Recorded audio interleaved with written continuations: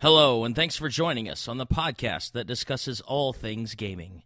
Coming to you from the home of Gen Con and the gaming capital of the world, this is The Established Facts.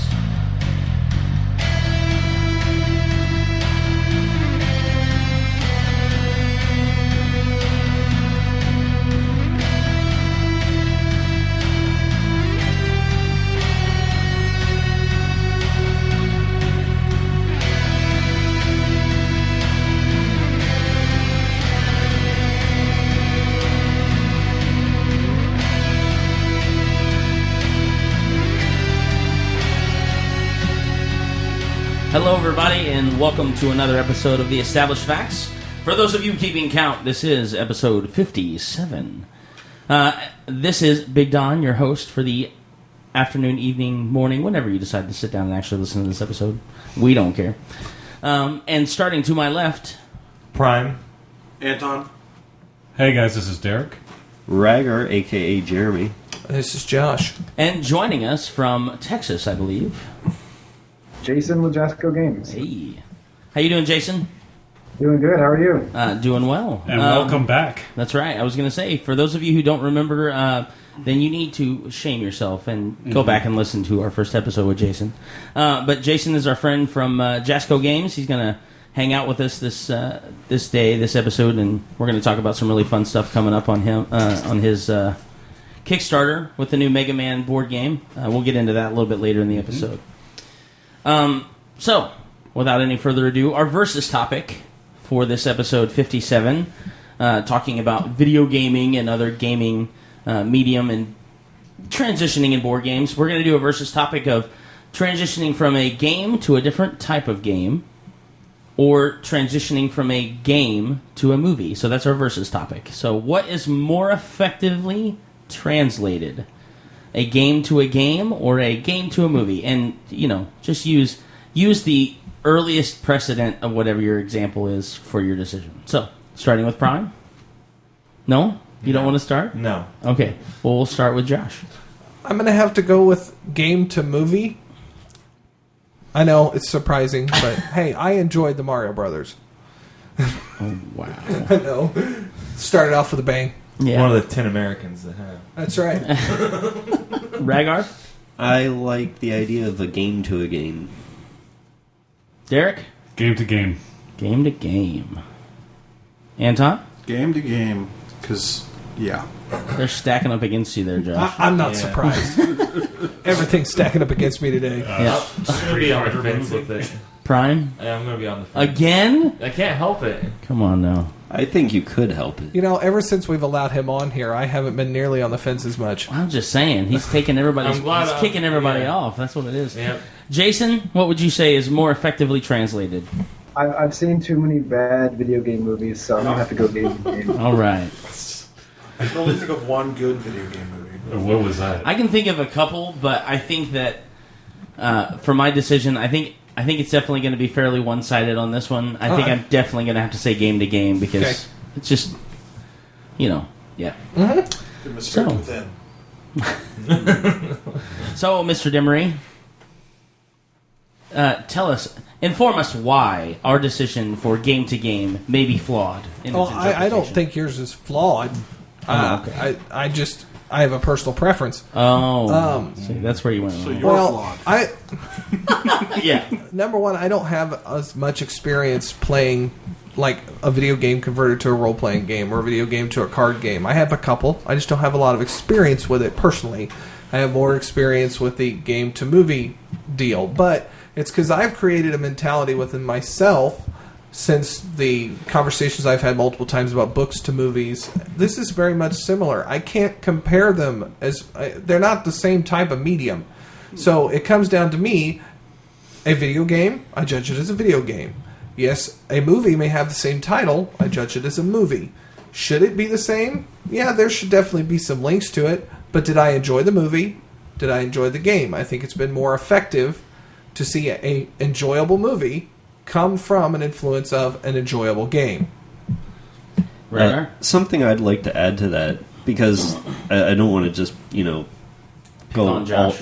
make this a pick on Josh episode. Why not? Because that was last episode. Oh, okay. I thought that was every I thought episode. there was the one before. No, the Yeah. oh, essentially every episode before. Okay, at least we're all in the same boat here. So, with games and movies, one of the things that I like seeing, at least with more modern games, is things like Metal Gear Solid 4 or Uncharted, where you're essentially getting a movie with the game. That's one area that I'm really looking forward to seeing more of that. Yeah, I'd say that's true about Metal Gear Solid. Metal Gear. Wow. What? 75% of that? You can play that game. What was it? We had the conversation. You can beat Metal Gear Solid 5 in about 7 to 8 hours if you skip all the videos. It takes 17 if you watch all of them. Yeah. That's crazy. Yep. I think that Go ahead, bombard me. no. I can't say that it's definitely one side in my mind. I mean, it's almost an even match between the two. But Josh already took up all the room on the fence, so Yeah. I decided I'd pick the side that was a little bit higher in percentage. But there's definitely been some movies that I have enjoyed that have been, I guess, creatively interpreted from games, from a precedent of games. Mortal Kombat, one of my favorite 90s movies. Obviously started as a video game. There's a few that I've seen that I really didn't like. I, too, am probably the only other person in the world that enjoyed the Mario Brothers movie. I enjoyed it. But I think that overall, it's funny to me that Hollywood has such a hard time interpreting a game. I think the best But example both of this that is... has- It's bi-directional. Both sides of that have failed Well, yeah. Now, fantastically. in a more number of ways. recently, there's been a lot better renditions of interpretations from game to movie or something like that. But I mean, you have probably the biggest point on this that we've talked about over and over and again has been the Dungeons and Dragons movie. How do you take a genre of gaming, like role-play gaming in the Dungeons and Dragons world that That is is storytelling. infinite in possibility and storytelling, and turn it into a bust of a movie? How do you do that, Derek? Tell us how. Easily. No, I'm just kidding. Yeah. You try to explain the mechanics. Yeah. But what I was actually going to go to is game to game, so we're not just beating up on Right. movies. Game to game, there have been a lot of successes, I feel. Like the Dungeons and Dragons board games. Yeah. UFS is another one, going from video Oh, yeah, games video game to card games. Card games. There has a lot of video games like Uncharted. I haven't played that board game yet. Have you, Josh? I have it. We haven't cracked it open yet. Okay. Kind of like half the video games I own. Right. So we can't speak on that yet. That's why I said I don't have a lot of experience. Well, like the Pathfinder Rise of the Rune Lord card game. Oh, yeah. Or the Pathfinder board game. Yeah. That was done really well. Well, here's another example. You have Resident Evil, the video game, Resident Evil, Yeah. the movie, and Resident Evil, the deck building game. Yeah. Yep. There's a Resident Evil deck building There game? is. Yes, Oh, there wow. is. Yeah. There's Well, a couple and- other game systems in there too. That there's a board game for Resident Evil, and there's a couple Yeah. other ones too. Well, I think that brings up another point that's kind of that we didn't necessarily cover it in our versus topic because I wasn't sure how confusing it would be, but I figured we'd probably touch on it a little bit. But the reverse transition from like a movie or television media to a game. Yeah. The Battlestar epic Galactica. failure of all time. Firefly. Well, no, I mean I think that like Star Trek, The Next Generation. I'm a huge Star Trek Next Generation fan. There's I mean they've Star had Trek Online. there's Star Trek Online. There's a deck building game. Yeah, there's a deck building game now. There was Star Trek Next During the- Generation computer games. I remember Right, playing yeah. one. Yep. Yeah, there was in the early 2000s, late 90s, early 2000s, there was a Star Trek like competitive card game, TCG game. So I mean, like, and it was successful. I mean, it was. I still see PAX at Gen Con. Dresden Files went from Yeah. TV show. Well, actually, went Book. from book to TV show to Tabletop. tabletop. Yeah, And that's successful. and successfully in actually in pretty much each iteration of that specific subject matter. Well, Yeah. it's the same thing with Firefly and Supernatural. I know that both of them have tabletop games that you can play, and they originally started as TV series. And then there's the flip side of the coin, E.T., the only game in history that's been buried. Yeah, that's not true because that one. I'm pretty sure that movie should be buried too, Yeah. but that's just me. Hey, I'm not a huge ET That's, fan. that's a classic film. Sorry. Total Recall is just as bad. God. His name is Don Martyr, everybody. Those of you who are going to sit. Hey now. We're gonna get a bunch of. We're gonna get the only one ever piece of mail we're ever gonna get. It's gonna be hate mail. I hate that guy. He said he doesn't like ET. Yeah, you're darn right. I don't. Anyway. So, kind of transitioning into our discussion topic, one thing that Jason's going through right now over at Jasco is, he's got a lot of really cool projects coming up, but one of his biggest projects happens to be the subject matter of our discussion topic, and that's transitioning from one game or game culture, or even just the characters of a game, to a different style of gaming, and the challenges that you meet when you come to that kind of thing, and kind of the victories and then the failures that you can run into. So, Jason, kind of give us a little bit of insight on some of the things that you've been dealing with going with your Mega Man board game and your UFS stuff. Okay, well, we'll start with UFS since we've been doing that a lot longer. In Universal Fighting System, we're trying to take characters from not just video games, but any media we can get a hold of. Up to this point, it's been mostly fighting video games because the game mechanics themselves work really well with the fighting video game, since it was kind of designed after Street Fighter and that kind of game mechanic. But now we're going to be bringing in Mega Man and all the characters from Mega Man and the Robot Masters and all of that into the Universal Fighting System. And we're going to have to figure out, the best ways to bring off their video game mechanics into a fighting card game. So, luckily, Capcom was on the same page. They put Mega Man into the new Smash Brothers game. You have Marvel vs. Capcom, so you have characters like Zero and some other Mega Man games or characters that have been in fighting video games. So we have a little bit to go off of that. But it's interesting because there's a lot of licensing involved. We have a lot of different video games, and we're looking into movies and comic books and everything else for UFS, because everything has to be compatible to fight against each other, so you can answer that age-old question of who's going to win in this fight. With Mega Man the board game, we're experiencing a few different challenges that we're not haven't been familiar with, because in Mega Man the board game, we're really trying to feed the fans of the video game the most. So in Mega Man the board game, we want to get the feel of, I'm going to play as Mega Man, I'm going to fight through these stages just like the video game with a kind of different experience, but at the same time, everyone at the table is going to be playing against me. So the kind of the mechanics of the game now, to where we could get the best interpretation of video game to board game, to where it feels like you're playing a version of the video game with your friends, kind of a multiplayer, is that when you're playing as your protagonist character, the rest of the table is working against you as Dr. Wily's minions and all the bad guys and the Robot Masters. So the whole time you play, everyone is involved during everyone's turn, which is not something you can really reflect in a video game, especially a side-scroll game like this, where it's you're playing a platformer. And typically platformers are one player, wait for your turn to end, go to the next player. They're experimenting right now. I think Mighty Number 9 is doing this, where you can do a co-op. It's probably similar to a lot of the old hack and slash video games like Ninja Turtles or the X-Men game, where you have 2 to 4 players kind of going through the same stage. But as a board game, in the Mega Man universe, where they've never had that co-op play, we're trying to get it to where it feels like you're still playing through the levels yourself and you're fighting all these challenges. And then, ultimately beating the Robot Masters and gaining their powers and continuing on to beat Dr. Wily, while everyone else is doing the same thing and trying to keep you back, kind of like a Mario Kart sort of element. That sounds awesome. Yeah.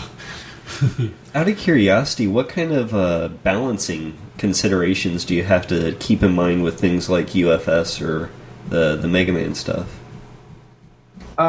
Specifically to UFS, balancing, it's an 8-year-old card game now, so we've gone through a lot of trial and error, watching different playtests, different designers kind of make their mistakes and working off of that. So UFS is more experience is how we've gone through the balancing, and now we're pretty comfortable with where we are. I think the game is extremely balanced compared to how it's ever been. We have the most competitive decks than we've ever had. It's not even just like 8 or 9 decks. It's I can't even count on my hands how many decks could be competitive in an organized play environment. Mega Man, the board game's a little bit different because, it still has to be balanced because you're playing several people at the table, and it has sort of a deck construction element to it. There are a few different ways to play. You can grab all the cards from all the possible decks, shuffle them together, and just have a random deck that will still work. Or you can go through the deck and build a constructed deck as your opponents are doing the same thing at the table and have a specific goal in mind while you play. So the balancing is something we're getting used to. There's a lot of playtest involved to make sure, for one, since everyone at the table is playing as the bad guys and you're the only good guy, that their cards aren't too powerful because they're kind of ganging up on you. And we have some elements in the game to keep that from overwhelming you, because as a group, the bad guys can only play the same number of card difficulties as the protagonist playing through the game. It usually is going to be a Mega Man character or another protagonist character, whoever you decide to be. And we've also introduced the dice element, except we're not using actual dice for rolling. We're doing kind of the classic Sabretooth Games throwback, since all of their games have involved die rolls on cards. We have a die in the center of the card that's going to represent a 1 through 6. It's actually a picture of a die, and that's going to be how you make your rolls. So part of the strategy is also building your deck to where you want to manipulate your dice rolls just as much as you want to manipulate your card abilities. That's neat. Yeah, I mean, I've been excited about this since I first heard about it, because a while ago, Capcom was going to release a video game version of Mega Man 2 where you can build the stages and but they canned that project. So then when I heard this was coming up, I was like, oh yes, I'm like, I want this now. So. Shut up and take my money. Yes, sure. Take my money. Oh, the natural theme of gamers. Oh, that's so awesome. Shut up and take my money. So, Jason, you mentioned some of the challenges that for your board game, like some of the challenges that you've had with keeping it balanced amongst multiple players. And I know that being kind of a collectible card game player and things like that, it tends to be that occasionally you have one player or two players that'll kind of outshine everyone else, or they're kind of, it's us versus the rest of the world kind of mentality. And I know that you talked a lot about like trying to find that balance, whereas in UFS you kind of have that down to a science, not necessarily perfect, but for the most part, you have gone through your trial and error and you kind of figured out the formula on how to make that successful. What kind of, if you can, what kind of mechanics do you have to kind of keep it balanced to where if I'm a new player and I sit down with people who've played it 3 or 4 times, I still have just an equal chance of winning as everyone else at the table? Like, what are some of the things that you've done that are unique to your game? Sure. So, like I mentioned earlier, it has sort of that Mario Kart feel to it. Now, if you're the leader in Mario Kart, you have to always beware of that blue turtle shell. Oh yeah, that's holding you back. And the light. Well, if you make a lot of enemies in a game like this, where kind of everyone can work against you, then when you're in the lead, or if you're dominating the game, everyone else can hold their cards to kind of keep you from moving forward. And hurt you, and take your lives, set you back on the stage, that kind of thing. So there's a lot of, kind of making the right alliances, working with the right people at the right time, as much as it is having, a great deck and great game style and great gameplay. So it's a great mixture of diplomacy and diplomatic ability with your strategy.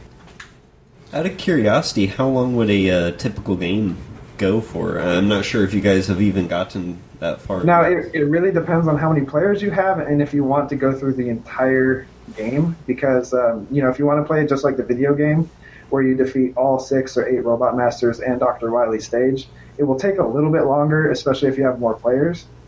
But the game can play anywhere from 2. Right now, we're saying 2 to 5 players. With expansions, you can probably play up to 2 to 8. That's awesome. So you can have a pretty big field of play. But when you do that, we'll recommend that you take a few Robot Masters out of the stage, so you're only playing 4 stages instead of 8. So you definitely have you have expansions. At least in your mind, you have expansions set up for right. And the Kickstarter is going to be one of the things that's going to enable us to bring those out a little bit faster and Okay. More fulfilled. That's kind of the main reason for the Kickstarter. We plan on doing the game regardless, but the Kickstarter is going to allow us to bring in better materials, more expansions to the game, more minis, that kind of thing. And people really like minis, especially the quality of sculpts that we have for this game.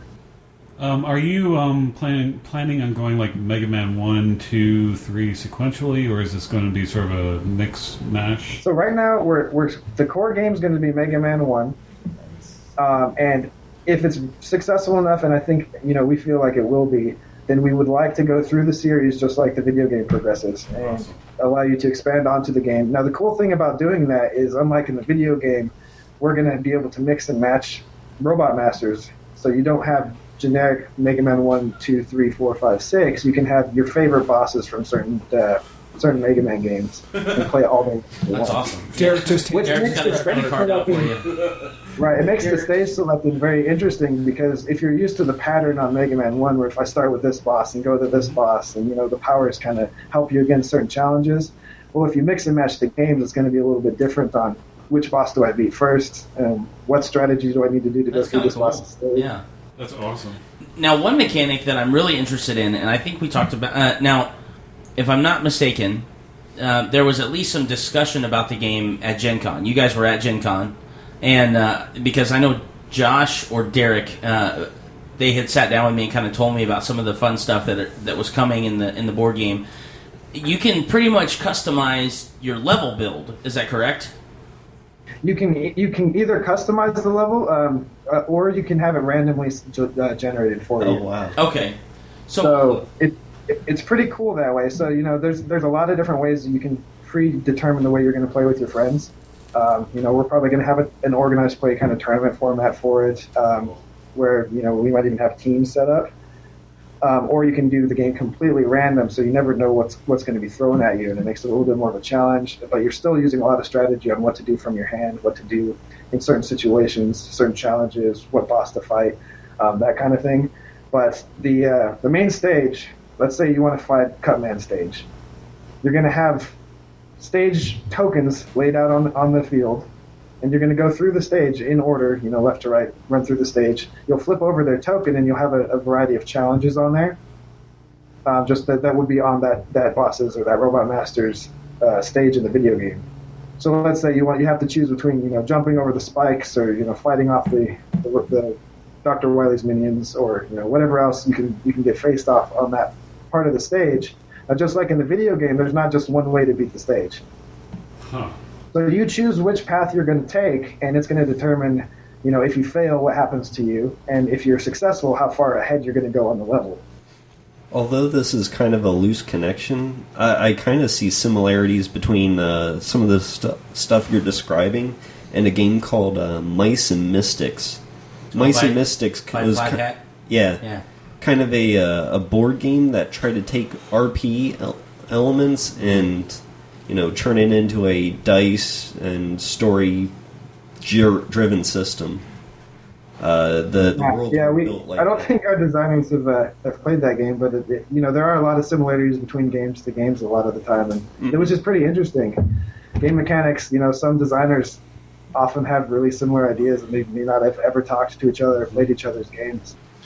Well, that actually kind of gets me into. I was going to kind of open it up to the table as far as like having. We talked a lot about different games that have gone from video game form to deck building form, or PC games to like board games or something like that. Like in general, as gamers, what are some of the challenges that we see, or some of the benefits that we see as players? And some of us, obviously, Derek has done some game design and stuff. Jason has done a lot of game design, and I think we all kind of have a flavor of the mechanics in gaming and just the elements of the game that we really enjoy playing with, like, what are some of those things that we really strive for or look for in games?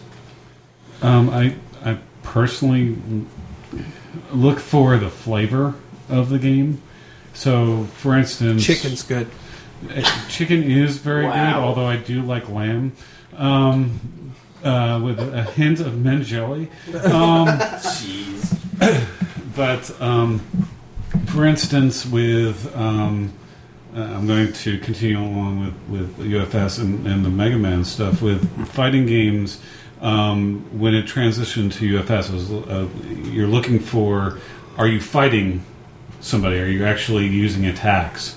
There was a short period of time when there was a lot of more alternate wins and like what's called the Grey Wars, where you're building foundations and stuff like that. So it transitioned away from the feeling of a fighting game into more of a strategy type Card game type thing. And then it went, when Jason picked it back up, it went right back to, okay, we're now a fighting game again. We're basing everything off of attacks.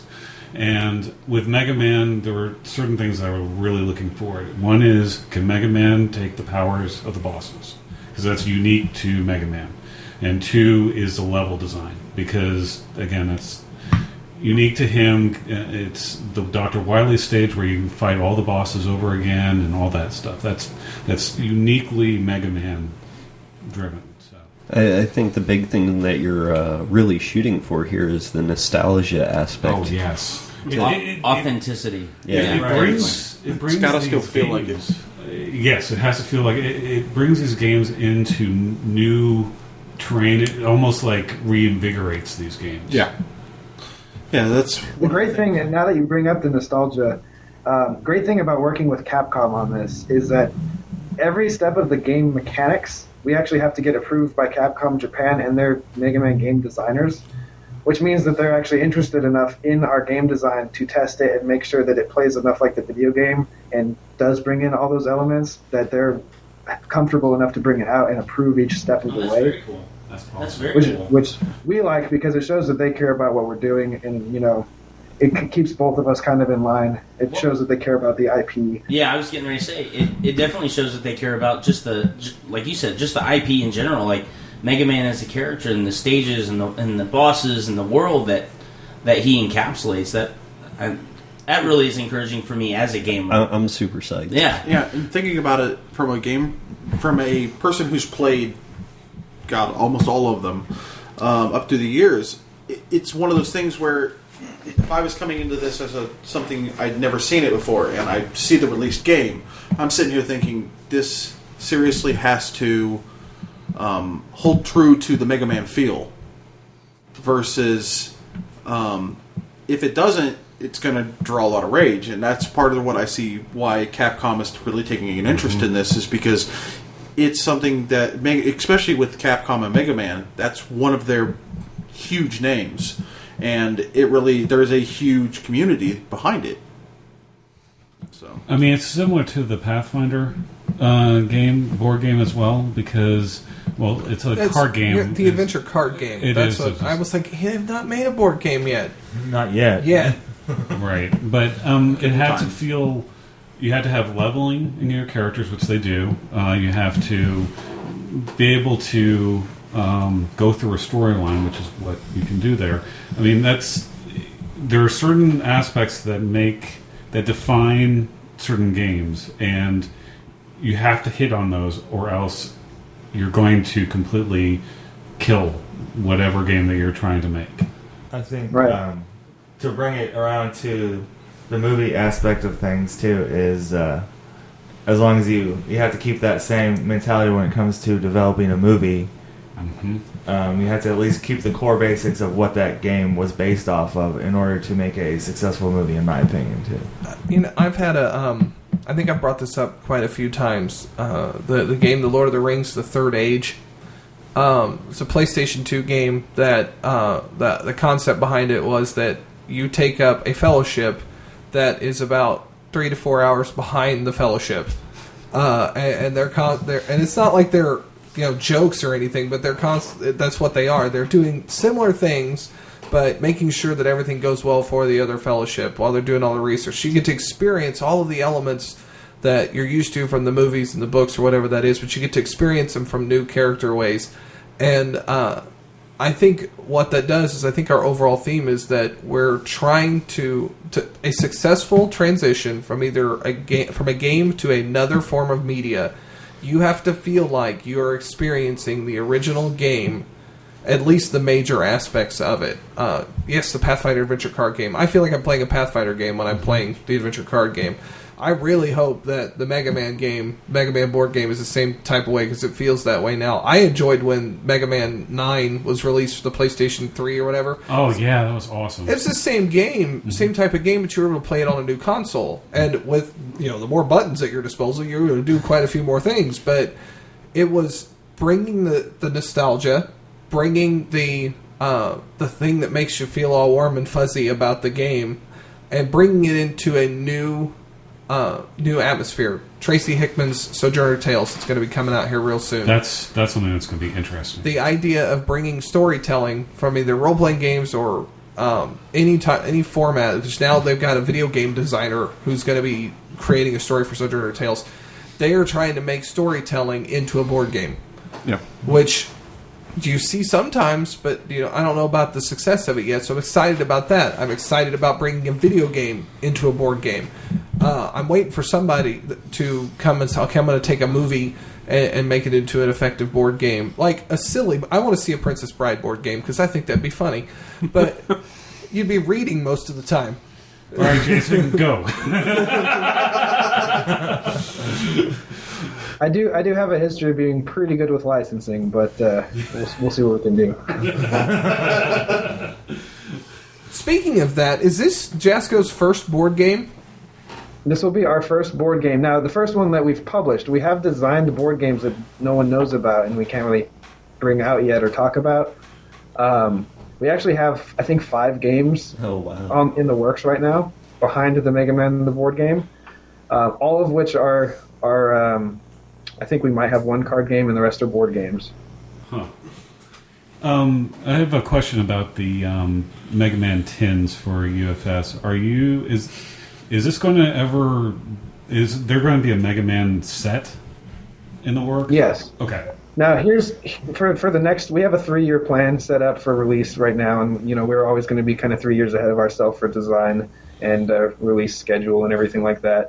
The next core set is what we're, that's what we're calling it right now, and I'm not sure what the official name's going to be.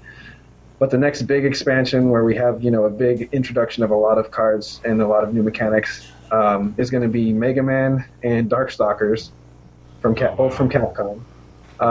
And the plan right now is to introduce some sort of starter deck for both of those games. We've already determined which characters they're going to be, and then booster packs to accompany them. So things to build onto those and add new characters to the game. And then after that, there's actually several more releases for the Capcom licenses and a few other licenses. Sweet. Okay, so there are new licenses in the works? There are. Okay. I can't... Yeah, absolutely. Just leave that there. Yep. We're not asking you to name them. Yep, just wanted to know if there were new licenses. So. And we get a lot of licensing emails from the fans all the time, or on the emails, on the forums. On the forums, yes. I can't even tell you guys how many emails we get a day about, just different things from the fans, but which is great. Shows great strengths Super for the Smash game. Brothers meets UFS. And every time someone brings that up, we have to unfortunately say, we can't really confirm or deny anything. We can't talk about it, because whether we have it or not, there's always some kind of legal jargon, and even if we don't have a license, maybe we want it in the future, and we don't want to have anything saying that we are looking at it or anything like that. Yeah. But see, I was thinking. But when it comes to licensing for UFS, this is something I think all of our players should know. Is if you look at a typical release schedule in a year, we can fit in about 4 big releases and maybe 2 mini releases, like a 10 or something like that in a year. So if players want us to have every single license that they like, and you want to have every big comic book, every big movie, every big video game in there, we won't be able to release them all in a 3 year time period. So as long as the fans understand, we want to have as many cool licenses and cool characters as we can get, and we're working on new formats so that the more we have, the more we can play with. You got to understand that we have to limit it to probably about 3 or 4 a year, and kind of work off of those. And usually, it's going to be a major license accompanied by a couple of smaller licenses. Well, I have to say personally that Darkstalkers coming back is a big boon again. Mm-hmm. So. Now, Darkstalkers in the UFS history, I think most people know, best-selling set under Fantasy Flight Games with Realm of Midnight. Factory sold out very quickly, which I think was the first set that they factory sold out of during a normal release, before it was sitting on the shelves for a long time. Since then, since we took over the game, I'm pretty sure, I don't know this for a fact, but I'm pretty sure our print runs are larger than their print runs were for each set. And we've sold out of Tides of Vengeance. We've done a reprint of Red Horizon 1. So, and then the King of Fighters is selling extremely well. I expect almost all of those sets to sell out, if not all of them, shortly after their releases as well. So, great news for those. Yes. Do you have any? That's all right. Awkward pause. You gotta have them every once in a while. Do you have any? I know you do a lot of work in licensing so far. That's what we keep hearing about, and you're bringing in all these custom characters and stuff. But is there a speakable desire about creating your own content? It's always something you want to ask game designers. You guys are designing games based off licenses. What content? I'm lost. Please. Red Horizon. Red Horizon okay. is. Oh, it is. Yeah. Yeah, so Red Horizon we've developed. We actually have 4 comic books already written. We're working on getting line art and that kind of thing ready to go for those. Jeez, Josh, to get that IP out there. Did you? I'm sorry? No. I think so. Continue, Jason. Yeah, they're written. They aren't published. So most of our fans probably don't even know about those yet. But we have 4 comic books in the work. The plan is to release them sort of like a No Quarter magazine or a White Dwarf magazine, where we have a lot of game content in the beginning and end, with some advertising and things for anyone that's looking to support trading card games, maybe sleeve companies or single stores or anything like that. And we're going to want to do a lot of coverage of upcoming events, what's coming out, what decks are looking cool, what characters do people want to see. And then in the center of the magazine is going to be a full comic book for the Red Horizon IP. And from there, we're still looking to expand the IP, possibly into a video game, possibly into an anime. Those all are very high-budget projects. So, we're working our way up there. We're not going to jump into it head first and, go ahead of the before we have all the fans for it, but we're building the fan base up that way for our IP, and we have another IP in the works. So, Wow. Very cool. Oh, so you're another of your own IPs? yes. Okay. I love it. Every time we have Jason on here, it's the most secretive show. So you have another IP in the works? Yes. You listen to this podcast. I can't tell you about it. I want to. Listen My to feet are dancing under the table. But I can't tell you. Listen to the podcast for an hour and learn absolutely nothing. Not quite. Not Like quite. Not watching quite. Not CNN. quite. Here. Yeah. No, yeah. I did have a question. You mentioned earlier about gaining licensing permission and things like that. And again, like I said before we started the show, Derek and I actually sat down. He showed me how to play UFS, and I definitely enjoyed the experience. We only got to play one game, but I had a really good time with it. He gave me some cards. I sat down and started putting decks and stuff, deck ideas and stuff like that together. But you mentioned one of my favorite genres of, I guess, geekery, if you will, is like the old Marvel stand-up arcade game, and being able to play multiplayer and stuff like that. And the question immediately came to me: have you ever considered, through your UFS brand in marketing, like the Marvel versus Capcom? Have you, again, being a new player to it, have you considered gaining some of the licensing for that stuff, or have you guys done that before? Or Unfortunately, I can't talk specifically about any kind of I totally saw that coming. I was just curious if you guys, if that's an avenue that you would at least entertain possibly looking at, or I can tell you we we have looked into comic book properties, movie properties, and video game properties, obviously. So anything can be on the table. We just, we can't be specific. We can't be very close to specific even. So, well, as a noob fan, that is my only potential request. If it ever happens, I would love to see that, because I played a collectible card game forever and ever and ever ago that was a Marvel-based Marvel Overpower. I played that in the early 90s, and then I know they had the Versus with the Marvel, but I just think it would be kind of neat to be able to sit down with some fun superhero characters or something like that against like Street Fighter or Mortal Kombat characters or something like that. It just, yeah, I mean, it's... again, though, it comes down to that balancing. Like, how do you balance an optic blast from Cyclops versus, a scorpion uppercut? I mean, really. Like, how do you... If they can do it in a video game. Oh, well, yeah. But... Use a starvation deck and you can't feed your soldiers. There you go. There you go. Yes, but then you can't complete your quests. Sorry. But, I don't know what just happened there. on that topic, that's kind of the beauty of UFS. That's the main reason, other than mechanics, why we wanted to pick that up from Fantasy Flight Games when they decided to drop their CCG lines and focus on, more board game oriented card games. Is a lot of card games other than Magic are based on a fad. Like, Yu-Gi-Oh! Is a cartoon, and it's going to lose popularity. Pokemon, who knows how long it'll be able to keep steam. It's been around a lot longer than some. It's been a while.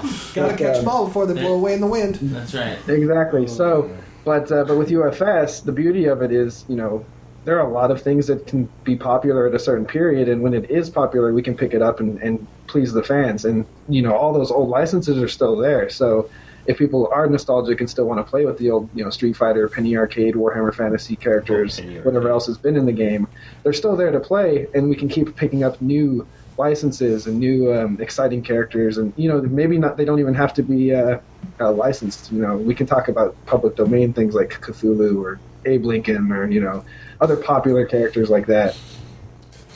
The president's Abe Lincoln. Yeah. That'd be hilarious. Have you guys? One thing that I'm primarily a Magic player when it comes to card games, and one thing that they've been doing recently is like the Vault collection. Have you guys considered doing anything like kind of reissuing heroes, maybe new artwork or something like that with like your existing, same power level and everything like that, but just kind of like, hey, this game's been out for a while and we wanted to kind of throw it back out there that, hey, these guys are available, they're fun. No, they're not necessarily tournament legal, but, it's definitely, half of the cards in the Vault collection are not tournament legal, but to have a foil Sliver Queen in your hand is just like, hello. Yes, awesome. I'm sorry, Don. Jason can't talk about that. He can't talk. I can neither confirm nor deny. Well, that's something we can talk about. We actually recently made an announcement. Now, this hasn't been done in UFS before, where we have a lot of reprints or alternate arts of older cards. Right. But we've been slowly bringing in different ways of doing that. Now, since we have licensing, we have a World Championship card that it's just a card that says UFS on it, and it's a purple foil card that's cool. But every 3 months we do a vote. We put some new characters up from older sets from back all the way back to 2006, and let the players vote on what the card's going to be. And it ends up being that card for 3 months until there's a new vote. Oh, Okay. wow. You get to bring old characters back into the game and see how they'll fare against the newer That's characters in the standard environment. Now, they're all still legal in legacy environment, and there's going to be a new extended environment. And then in addition to that, we made a recent announcement that we will be doing kind of a core set with our independent property that's going to be able to reprint a lot of the licensed cards with our artwork, with our characters' artwork, with the same names and things like that. But so that way you can still play with the older cards. But if you want, and if you don't want to go back and find those old cards from a collection and pay more for them or whatever, you can bring them in with the newer artwork. And that'll keep, a cycle of cards that are kind of always in the game mixed in with all the new mechanics and the new exciting characters. Like Shinobi tradition. Favorite. Now, I'm not going to go into specific I cards know, right now. I know. But I can dream. I do have a question about the production line itself of UFS cards that you have you've published and you've put out there. One thing I was noticing as I was kind of flipping through some of them is they all have really bright and really cool artwork and things like that. Now, do you do all of that stuff in-house, or is that stuff that you get from the licensed companies that you're getting those characters from? And what is? Okay, so the art process will go through the art director. It's actually the creative director, Tom Kohler. Okay. The King of Fighter sets I actually directed myself, and so same with the Red Horizon set. So the last, I guess, not even the last 5 releases, the last 4 releases, including the one coming out next week, plus the one coming out in January, I art directed those. Now, what that means is we did get some artwork from SNK for the King of Fighter sets from the video game art and their own custom artwork. But a lot of it was done through us searching out artists, finding the ones we like to fit the style, and then hiring them to do exactly what we want them to do. So if it's this move that we want, we'll hire them to do that move or this, foundation or whatever else. And that's part of art directing in general and creative directing, is making sure it fits with the look of the game, it fits with the style of the card game that we want it to look like. I think we've done a pretty good job upgrading it. The art's taken more of a focal point, and I think it looks really good now, especially the new King of Fighters sets. And then Tom Kohler, he's our new creative director. He's going to be taking care of that in the future, which he's done with Mega Man tins, and those look really great. Hiring out Archie for their comic book art, and we've hired some independent companies and studios to work on Darkstalkers and Mega Man, and those are looking really good. So I have a question. My head's abuzz with all kinds of different ideas associated with the Mega Man universe and the UFS stuff, other areas where it might be able to go. Out of curiosity, do you guys have a website or a link or something to where people can go on and build a suggestion box or something? Okay, well, on the main website we do have a contact us, and then there's a bunch. You can submit card ideas or game ideas, anything like that. Obviously, I think this is something you'll be used to at any game site. Is if you submit ideas, they become our property. But if you don't mind, your ideas becoming ours to use openly, and maybe use your idea in a game or as a mechanic, then you're more than welcome to shoot us emails to the designers directly. A lot of the email will catch all to me, depending on what it is, and then I'll send it out sourced to who it needs to go to. But yeah, we are very open to suggestion. We love to listen to fans. In fact, I don't know if Derek has mentioned this before, if I've mentioned this before, but if you look on the back of our booster packs, or the card boxes themselves, the phone number is actually my direct cell phone line because of our Very open door cool. policy. Very cool. Yeah, no, they've, as a development group, company, they are very responsive to their customers, especially on the forums. And I've called Jason up. We won't talk about last night. I caught him as I was brushing his teeth last night. No, it's Friday night. So not do that again. But I mean, but yeah, they are very open to. If you call the main line, like I said, it's the cell phone line. So I do work usually 13 to 15 hours a day, including weekends. So you're probably going to catch me at work regardless. But sometimes, I might be at home or off of work, and we'll still be open to talk to the fans and the players. Oh yeah. Well, it's a good thing you like them all. You may not be able to tell us much, but you at least like your fans. Oh, goodness gracious. Well, I tell you, I've enjoyed this just very much like the last time we had them on. It's this Mega Man board game thing is going to be very entertaining. Oh, yeah. We will, of course, post all the information we can, even if we don't receive it till later than we expected, but that's okay. I know I'm excited about it. Is anybody else? Oh, yeah, definitely. for sure. Absolutely. So, Don, I see you're over there writing down a possible fact for this wonderful episode, so I'll help you out at least a little bit. But, Derek, you have something first? Yes, 2 things. First, when is the Nationals? Nationals is the second weekend of February, the one right between the Super Bowl and Valentine's Day. It's going to be in Las Vegas at the South Point Casino. Oh, that'd be neat. Yeah, I one of these years I've got to get to the Nationals. So, It's probably my favorite event of all time. It's a lot of fun. I mean, all you can eat buffets, drunk UFS players. and drunk UFS players are highly entertaining. And it's Vegas, so you can't beat that. Yeah, seriously. What happens there stays there. And secondly, is there anything else that you wish to let people know that... perhaps we missed something. Yeah, perhaps we missed something. When you said you've got a new set coming out. What's the release date? Okay, so the newest set actually this weekend is the pre-release. It's the King of Fighters 13 Ruler of Time, introducing a new form of the mill mechanic, which hasn't been in the game in a very long time. It's going to be a very aggressive mill instead of defensive, sit back and just wait for your deck to die. So we're really excited about that. Thanks, Derek. The official release is next weekend on the 12th.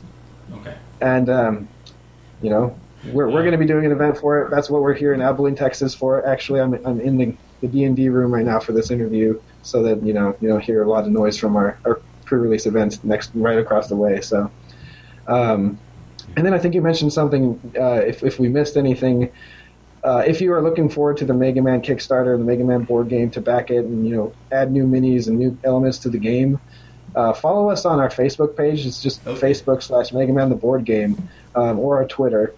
And you'll get, constant updates on there. We have, a lot of people working on PR to make sure if you have questions, they're answered immediately. The best we can answer them at the moment. But that's going to give you the quickest news. And, we've had quite a few interviews with different game companies and magazines and things that are going to cover this. So you'll probably hear about it one way or the other if you're a Mega Man fan. And we'll probably post these in the description.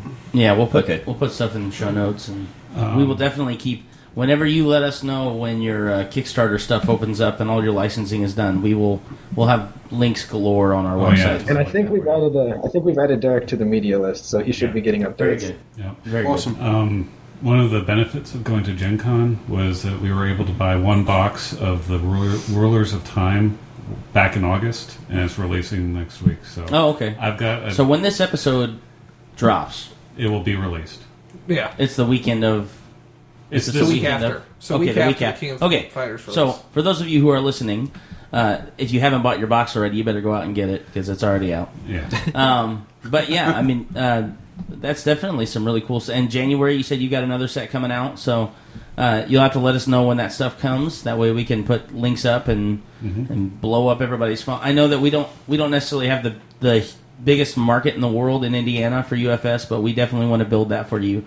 Up here, so I think that's definitely something. And I know you guys usually have a pretty big turnout at Gen Con too, so that's always really exciting. I know we have a lot of Mega Man fans. And yeah, I mean, who doesn't like Mega Man? I mean, really. Exactly. This is Josh again. I wanted to make just kind of a quick thank you to all our fans out there as we continue to recover from our website being down. Anton has been gracious enough to actually start hosting the website. All of the podcasts are still up in the cloud as it may be. We still have about 25 more posts to go back and post on the new WordPress forum. But thank you very much for for your patience. We've needed it because it was kind of an annoying over the weekend type thing where they just basically deleted our website. But we're still getting out there, and thank you again. So, Don? All right, so on our last show, we established it's time for a modern classic before EA buys it up. That's true. That's right. And on this episode, again, we want to thank Jason from Jasco for being on our show and kind of giving us some really cool information and some not information. I was going to say I want to thank Jasco too. Oh yeah, definitely. Yeah, definitely. So our new fact: the world of gaming is an ever-changing hobby. However, we can't talk about what's coming out. So, all right. Well, thanks, Jason. Thank you, guys. Thank you, Jason. And we will check you later. Thank you. See ya. Bye. Please visit us at www.theestablishedfacts.com and our Facebook page, facebook.com/theestablishedfacts.